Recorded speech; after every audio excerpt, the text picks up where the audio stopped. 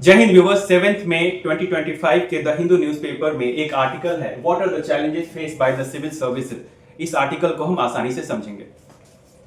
So challenges face by civil services, नागरिक सेवाओं के समक्ष चुनौतियां, इस पूरे आर्टिकल में कवर किया गया है on the occasion of civil services day April 21। जैसा कि हम जानते हैं कि अप्रैल 21 को सिविल सर्विसेज डे मनाया जाता है सिविल सर्विसेज की कंट्रीब्यूशन को, उनकी डिवोशन को याद करने के लिए।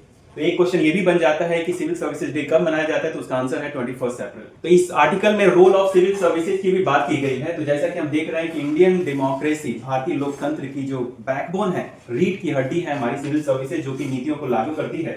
सो implement policies and maintain governance, of course नीतियों को लागू करना और शासन बनाए रखना।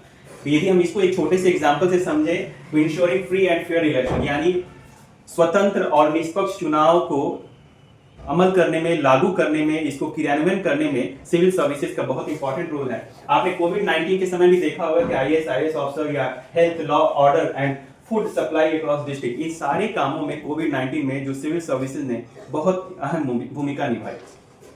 So what is the merit versus spoil system, तो ये एक पार्ट उसमें कवर किया गया है कि मेरिट सिस्टम और स्पॉइल सिस्टम के बीच में अंतर क्या है। तो ये बेसिकली एक सिलेक्शन का प्रोसीजर है। तो हम एक एक करके देखते हैं। तो मेरिट सिस्टम, मेधा प्रणाली, योग्यता के आधार पर क्या है ये। तो इसमें क्या होता है कि जो appointments are based on merit through competitive exam, नियुक्तियां जो है प्रतियोगी परीक्षाओं के माध्यम से की जाती हैं और योग्यता के आधार पर होती हैं।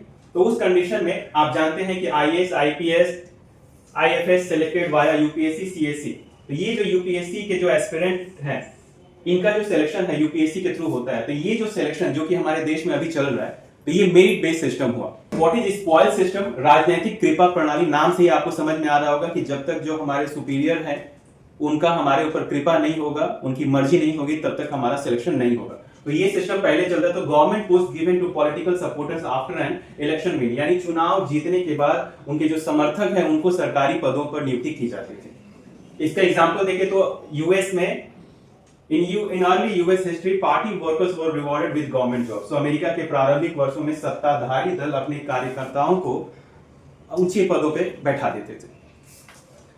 History of merit system in India, Bharat में मेरिट सिस्टम कब लागू हुआ। भारत में जो मेधा प्रणाली का इतिहास है वो है 1858 में ब्रिटिश सरकार ने भारतीय सिविल सेवा आईसीएस, इंडियन सिविल सर्विसेज शुरू की। 1947 आजादी के बाद UPSC became the constitutional body for recruitment, यानी सिविल सर्वेंट की भर्ती के लिए यूपीएससी का मतलब कार्यभार दिया गया इनको कि सिविल सर्वेंट की नियुक्ति ये करेंगे। एक इंडिपेंडेंट ऑर्गेनाइजेशन है। इसका उद्देश्य क्या था कि पॉलिटिकली न्यूट्रल एक्सपर्ट एडमिनिस्ट्रेशन, तो यानी उस कंडीशन में जो भी सिविल सर्वेंट होंगे वो पॉलिटिकल रूप से एकदम वो होंगे, न्यूट्रल होंगे। तो राजनीतिक रूप से निष्पक्ष और कुशल प्रशासनिक अधिकारी बनाना इस मेरिट बेस्ड सिस्टम का मेन पर्पस था। यदि हम बात करें यहाँ पे ओरिजिन एंड रिफॉर्म, यानी उत्पत्ति और सुधार स्पॉइल सिस्टम की, जो कि अभी हमने देखा था कि स्पॉइल सिस्टम जिसमें क्या था कि राजनीतिक जब तक आपके ऊपर कृपा नहीं होगी तब तक आपका सिलेक्शन नहीं होगा। तो इसकी जो उत्पत्ति यूनाइटेड स्टेट्स में 19th सेंचुरी में हुई। प्रॉब्लम क्या था, ऑफकोर्स आप समझ रहे हैं कि जब तक राजनीतिक कृपा नहीं होगी, तो यानी जो राजनीतिक पदों पे जो बैठे हुए हैं वो अपनी मर्जी से किसी को भी जो उनके फेवर में बात करते हैं, उनके फेवर में कार्य करते हैं, उनको पोजीशन देंगे। तो इससे क्या होगा, भ्रष्टाचार होगा, अक्षमता और पक्षपात होगा, इनएफिशिएंसी एंड फेवरेटिज्म। इनएफिशिएंसी किस लिए, यदि मेरे कोई खास है तो मैंने उनको चेयर दे दी, तो ऑफकोर्स वो भले ही कैपेबल ना हो लेकिन उनको तो चेयर मिल गई, तो इससे क्या होगा, पूरे सिस्टम में इनएफिशिएंसी होगी। जब आप सुपीरियर इनएफिशिएंट है तो आपको जो नीचे वाले कर्मचारी होंगे वो भी उनको फॉलो करके उनके अंदर भी वो एफिशिएंसी नहीं उतनी हो पाएगी, क्योंकि एक लीडर का काम है दूसरे को भी मोटिवेट करके उनके अंदर वो काबिलियत लाना, उसको जब ये करना। फेवरेटिज्म, ऑफकोर्स पक्षपात होगा, कोई काबिल है लेकिन उसको पोजीशन नहीं दी जाएगी, जो फेवरेट है उसको दिया जाएगा। तो रिफॉर्म क्या हुआ, इसमें पेंडल्टन एक्ट, जो कि वहां पे उस आर्टिकल में केवल 1883 का मेंशन है, तो 1893 में जो इस पेंडल्टन एक्ट था उसको रिप्लेस किया गया किससे, मेरिट बेस्ड सिस्टम पे, योग्यता पे, मेधा आधारित चुनाव पे।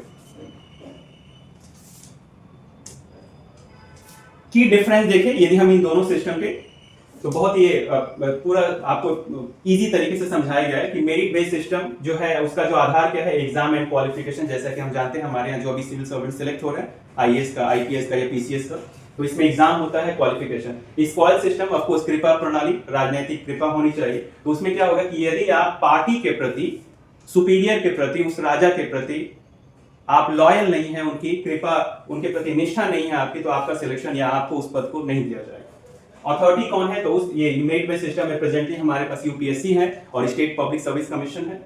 और यहाँ पे क्या है, जो स्पॉल सिस्टम में जो अथॉरिटी है वो है राजनीतिक नेतृत्व, जो चेयर पे रहेगा वही सिलेक्शन देगा। स्टेबिलिटी की बात करें तो ऑफ कोर्स जब यहाँ पे एक सिलेक्शन हो रहा है तो लॉन्ग टर्म गवर्नेंस है, दीर्घकालिक प्रशासन है। लेकिन यहाँ पे जब जब ये पार्टी बदलेगी, जब जब कुर्सी बदलेगी तो ऑफ कोर्स उनका प्रतिनिधित्व खत्म होगा, अब दूसरी पार्टी वाले आके दूसरे अपने रिप्रेजेंटेटिव को चेयर देंगे। तो इसका जो टाइम पीरियड होगा ऑफ कोर्स बहुत बार बार बदलेगा। एग्जाम्पल देखें तो of course UPSC, SSC, state PSCS, and इसमें क्या था एग्जाम्पल के तौर पे अर्ली यूएस अपॉइंटमेंट। कंक्लूजन देखें इस पूरे दोनों सिस्टम को, तो मेरिट बेस्ड सिस्टम जो है वो क्या करता है, मेरिट बेस्ड सिस्टम जो है आपकी promotes efficiency, neutrality and professionalism. Spoil system है leads to corruption, instability and biasness. कृपा प्रणाली जो है भ्रष्टाचार, अस्थिरता और पक्षपात को जन्म देती है। So India follows of course merit system via UPSC and other constitutional bodies, other constitutional body, UPSC, SSC Staff Selection Commission या जो Public Service Commission है, let's say UPPCS, Punjab Public Service Commission। Role of civil services, मैं viewers उन्हीं सब चीजों की चर्चा कर रहा हूं जो उस पर्टिकुलर आर्टिकल में दिया गया है। तो वहां पे ये भी पार्ट दिया गया है कि रोल ऑफ सिविल सर्विसेज क्या है, क्योंकि जब हम चैलेंजेस की बात कर रहे हैं तो उनके रोल को भी समझना बहुत जरूरी है। सो इंश्योरिंग डेमोक्रेटिक गवर्नेंस, लोकतांत्रिक शासन की सुनिश्चितता। ऑफ कोर्स डेमोक्रेसी है तो उसमें जो भी प्रशासन से रिलेटेड जो काम है वो काम इंश्योर करते हैं civil services. Then civil services ensure smooth functioning of a democratic system. तो इसमें जो कानून व्यवस्था और कार्यकारी कार्यों को बनाए रखती है कौन, civil services. Supporting the political executive, of course जो पॉलिटिकल पार्टी हैं या जो भी डेमोक्रेटिक गवर्नमेंट जो सिलेक्टेड है, तो इसमें जो सपोर्टिंग द पॉलिटिकल एग्जीक्यूटिव, यहाँ पे जो राजनीतिक कार्यकारी का समर्थन करना, यानी जो पार्टी जो सत्ता में है उनके नियमों को या जो भी चीजें सरकार ने नियम बनाए उनको लागू करना, उनको अमल करना, उनको सुनिश्चित करना इनका काम है। So provides advice to the ruling government in policy formulation. जी हाँ, भले ही नेता डिसीजन लेते हैं लेकिन एक्चुअली उसका जो होमवर्क है, उसकी सारी जो प्लानिंग है, सारा जो ग्राउंड लेवल पे क्या चीजों की जरूरत है, ये सारा जो डेटा इकट्ठा करना और उसको प्रेजेंट करना सिविल सर्विस काम है। और लास्ट में जाके गवर्नमेंट अपना डिसीजन लेती है, नियम बनाती है। So based on institutional knowledge and expertise, तो ये जो आपका इनका जो काम है वो संस्थागत ज्ञान और विशेषज्ञता के आधार पर है। किसका, सिविल सर्विसेज का। तो हम चर्चा क्या कर रहे हैं व्यूअर्स, हम चर्चा कर रहे हैं कि रोल ऑफ सिविल सर्विसेज। तो व्यूअर्स हम देख रहे हैं कि सपोर्टिंग द पॉलिटिकल एग्जीक्यूटिव, यानी राजनीतिक कार्यकारी का समर्थन करना, जो हमारे नियम कानून बने हुए हैं उनको अमल करना, उनको लागू करना। So provides advice to the ruling government in policy formulation, यानी जो सरकार जो शासन में है उनकी नीति का जो निर्माण है उसमें भी सलाह देते हैं कि एक्चुअली एक नेता जो अभी नया पोजीशन टेक ओवर करता है उसको तो सारी चीजें मालूम नहीं रहती, तो जो सिविल सर्वेंट है, जो सेक्रेटरी है, जो उनके नीचे जो स्टाफ हैं, वो सारे लोग गाइड करते हैं। इनफैक्ट ग्राउंड लेवल का जो सारा काम होता है ये सिविल सर्वेंट जो है वो प्लानिंग करते हैं और उसके बाद ये जाके डेटा प्रेजेंट करते हैं। फाइनल डिसीजन ऑफ कोर्स जो गवर्नमेंट है उनके हाथ में होता है। So based on institutional knowledge and expertise, तो आपको जो सिविल सर्वेंट है उनके पास जो है संस्थागत ज्ञान होता है और विशेषज्ञता के आधार पर सारी चीजें आगे बढ़ती हैं। पहले बिकॉज दे आर एक्सपर्ट, उन्होंने एक अच्छा खासा समय बिताया होता है, उनको कुछ ट्रेनिंग मिली होती है, उनको एक्सपीरियंस होता है पहले। So example of president's role, तो इस केस में आप देखें तो यदि हम क्या चर्चा कर रहे हैं, हम चर्चा कर रहे हैं कि रोल ऑफ सिविल सर्विसेज क्या है। तो प्रेसिडेंट रूल के समय भी civil services ensure smooth administration during president rule. So president rule के समय भी ये राष्ट्रपति शासन के दौरान सुचारू शासन सुनिश्चित करना सिविल सर्वेंट का काम। Then policy implementation and administrative task, नीति क्रियान्वयन और प्रशासनिक कार्य, जो कि हमने ऑलरेडी देख ही लिया है कि सिविल सेवाएं सरकारी नीतियों का क्रियान्वयन और निगरानी करती है, मॉनिटर करती है and ensure compliance with laws, rules and regulation. जो नियम कानून या रेगुलेशन बने हुए हैं उनको सुनिश्चित करती है कि ये चीजें फॉलो हो, वो पुलिस लेवल पे हो या प्रशासन लेवल पर हो। एग्जाम्पल देखें इस सारी चीजों का। So effective execution of poverty elevation program and disaster relief, यदि गरीबी उन्मूलन कार्यक्रम है या आपदा राहत को हमें देखना है तो उस कंडीशन में इसका जो क्रियान्वयन है वो हमारी सिविल सर्विसेज ही करती है। Then delivery of essential services, essential services of course जो भी एसेंशियल में सफाई की बात हो, ये पॉवर्टी एलिवेशन हो, एजुकेशन हो, हेल्थ हो, सारी चीजों में जो मेन जो डिलीवरी है उसको इंश्योर करना जो है सिविल सर्विस का काम है। Then backbone of government activities ensuring delivery of public service, of course सरकारी गतिविधियों की रीढ़ है, सार्वजनिक सेवाओं को सुनिश्चित करती है। So what else the civil services? Civil सेवाओं की प्रमुख समस्याएं क्या हैं? तो उस कंडीशन में देखें तो डिक्लाइन इन ब्यूरोक्रेटिक न्यूट्रलिटी। तो सिविल सर्विसेज की जो मेन समस्या है आजकल के टाइम में कि नौकरशाही की निष्पक्षता में गिरावट आ गई है। मैक्सिमम जो सिविल सर्वेंट हैं वो न्यूट्रल नहीं रह पा रहे, तो ये एक समस्या है इस आर्टिकल के अनुसार सिविल सर्विसेज में। देन निष्पक्षता घट रही है और नौकरशाह राजनीतिक पक्षपात दिखा रहे हैं, यानी जो भी पार्टी शासन में है उनकी तरफ थोड़ा सा झुकाव होकर काम हो रहा है, जो कि एक समस्या है civil services. Then this affects the impartial execution of policies and administration, यानी अब उस कंडीशन में क्या होगा, नीतियों और प्रशासन के निष्पक्ष क्रियान्वयन को ये प्रभावित करता है, क्योंकि आप इम्पार्शियल हो ही नहीं पा रहे। देन एग्जांपल आप देखें इस चीज का, तो bias handling of law and order during election, very important point. यदि आपसे पूछा जाए कि कैसे ये न्यूट्रलिटी नहीं हो पा रही, उसका एग्जांपल बताओ, तो आप एक चुनाव के समय का एग्जांपल दे सकते हैं कि जब चुनाव से जुड़ी हुई कुछ गतिविधियां हैं तो उसमें हो सकता है कि रूलिंग पार्टी के फेवर में या उनके पक्ष में थोड़ी सी चीजों को अनदेखा की जा रही है, और जो पार्टी नहीं है शासन में तो उनके लिए नियम कानून लगाए जा रहे हैं। तो दिस इज व्हाट इज ये इस टॉपिक में कवर किया है। Then another political interference, of course civil services में जो राजनीतिक हस्तक्षेप है ये भी एक समस्या है। So growing interference in posting, transfer and day to day decision, posting, तबादलों और दैनिक निर्णयों में राजनीतिक हस्तक्षेप बढ़ गया है इस आर्टिकल के अनुसार।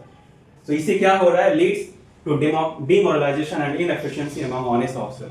तो ईमानदार अधिकारियों में मनोबल की गिरावट और अक्षमता आती है।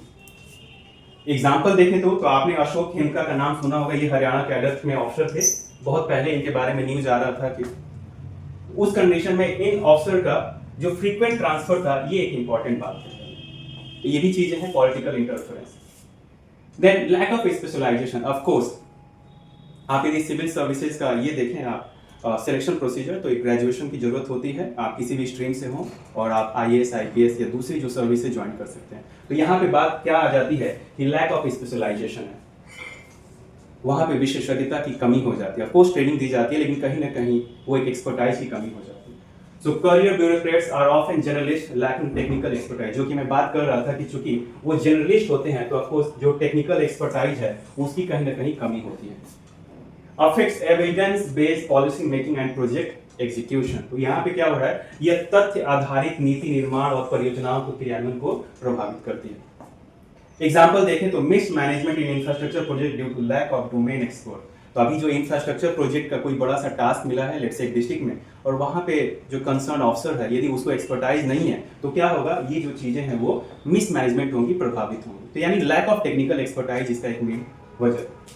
Then corruption in bureaucracy, of course, नौकरशाही में भ्रष्टाचार। So corruption is prevalent at all level, often going unpunished. तो सभी लेवल पे ही चल रहा है, ये भी एक समस्या है। Undermines public trust and services delivery. अब उस कंडीशन में क्या हो रहा है कि आप जनता के सेवक हैं, लेकिन जनता का भरोसा आपसे उठ जाता है और जिससे जो सर्विस डिलीवरी है वो प्रभावित होती है। आपने एक बहुत पुरानी लाइन सुनी होगी कि सरकार यदि 1 रुपया एक गरीब के लिए खर्च करना चाहती है तो 1 रुपया जो देती है उसका मात्र 15% ही उस गरीब तक पहुंचता है। तो आप सोच सकते हैं। Example, delays in welfare scheme due to bribery and red tape. तो रिश्वत और लाल फीताशाही के कारण कल्याणकारी योजनाओं में देरी होती है या जो इफेक्ट होना चाहिए, जैसा उसका प्रभाव होना चाहिए, वो नहीं हो पाता। What reforms are required? समस्या तो हो गई, अब इसको कैसे सुधारेंगे, क्या सजेशन है इसमें? So respect the democratic mandate. Of course, जनता ने उन नेता को चुना हुआ है, हमारे प्रतिनिधि को चुना हुआ है, तो उनके आदेशों को पालन करना ऑफ कोर्स जिम्मेदारी है सिविल सर्वेंट की। तो लोकतंत्र में चुनी हुई सरकार के पास शासन का जनादेश होता है। नौकरशाही को सरकार का समर्थन करते हुए अपनी निष्पक्षता बनाए रखनी चाहिए। आप उनके एम्प्लॉय हैं, आप उनके स्टाफ हैं, आप अपनी चेयर पर हैं, तो ऑफ कोर्स जो भी शासन में रहे तो उनका तो नियम फॉलो करना ही है, उनके आदेशों को, जो नियम बना हुआ है। लेकिन इसमें भी कहीं ना कहीं हमें अपनी निष्पक्षता को बनाए रखना है, न्यूट्रल रहना है, नियम को फॉलो करना है। देन एग्जांपल इसका देखें तो implementing flagship schemes irrespective of political alignment. कोई भी पॉलिटिकल पार्टी शासन में हो, लेकिन हमें अपना जो स्कीम है उसको लागू करना है। ऐसा नहीं कि मेरे फेवरेट वाले सरकार था तो उसमें मैं बहुत शिद्दत से, ईमानदारी से उसको अमल कराए, लागू कराए, और मेरे फेवर के नहीं है या मेरे फेवरेट नहीं है तो हम थोड़े से लूज हो गए। ऐसा नहीं, ये सिविल सर्विसेज की जिम्मेदारी है। Then insulate bureaucracy from undue political interference. एक सजेशन है कि अनावश्यक जो राजनीतिक हस्तक्षेप है उस नौकरशाही से उसको दूर रखना है पहले। Autonomy is essential to uphold rule of law and constitutional values. कानून के शासन और संवैधानिक मूल्यों को बनाए रखने के लिए स्वायत्तता आवश्यक है। ऑटोनॉमी बहुत जरूरी है। प्रोटेक्शन इन पोस्टिंग, जी हाँ, ताकि बार बार पोस्टिंग ना हो, टेन्योर में रहे कि 3 साल 5 साल जो भी है, and transfer must be insured. ये जो चीज है, यूज एग्जांपल देखें इन सारी चीजों को, तो use of civil services boards for fair transfer posting और डिसीजन। तो मतलब कुल मिला के पॉलिटिकल इंटरफेरेंस ना होकर के इनकी जो पोस्टिंग है, तबादले हैं, उसके लिए क्या है, एक सिविल सेवा बोर्ड का स्थापना किया जा सकता है जो पॉलिटिकल इंटरफेरेंस से बिल्कुल आइसोलेट रहे। Balance between political and permanent executive, of course एक संतुलन होना बहुत जरूरी है। तो राजनीतिक और अस्थायी कार्यकारी के बीच में एक संतुलन। So a harmonious relationship must exist based on respect and autonomy. तो एक रिलेशनशिप रहे जिसमें एक तो रेस्पेक्ट रहे और साथ में आपकी ऑटोनॉमी भी रहे, दोनों चीजें रहे। Political leadership should focus on policy, bureaucracy, on implementation. बहुत इंपॉर्टेंट लाइन है, आप ये देखें कि जो पॉलिटिकल लीडरशिप का काम है कि आपको पॉलिसी बनाना है और ब्यूरोक्रेसी का काम है इसको इंप्लीमेंट करना। Then short shift from procedure to outcomes, प्रक्रिया से परिणाम पर ध्यान देना। तो आप प्रोसीजर तो ठीक है, लेकिन अल्टीमेटली आप देखें कि उसका आउटकम क्या है, रिजल्ट क्या रहा, क्या जो इंटेंशन था वो फुलफिल हुआ कि नहीं। So current system measures inputs and outputs, not real impact. हमें बेसिकली जो रियल इंपैक्ट है उसको, जो है वास्तविक प्रभाव है, उसको मेजर करने की जरूरत है।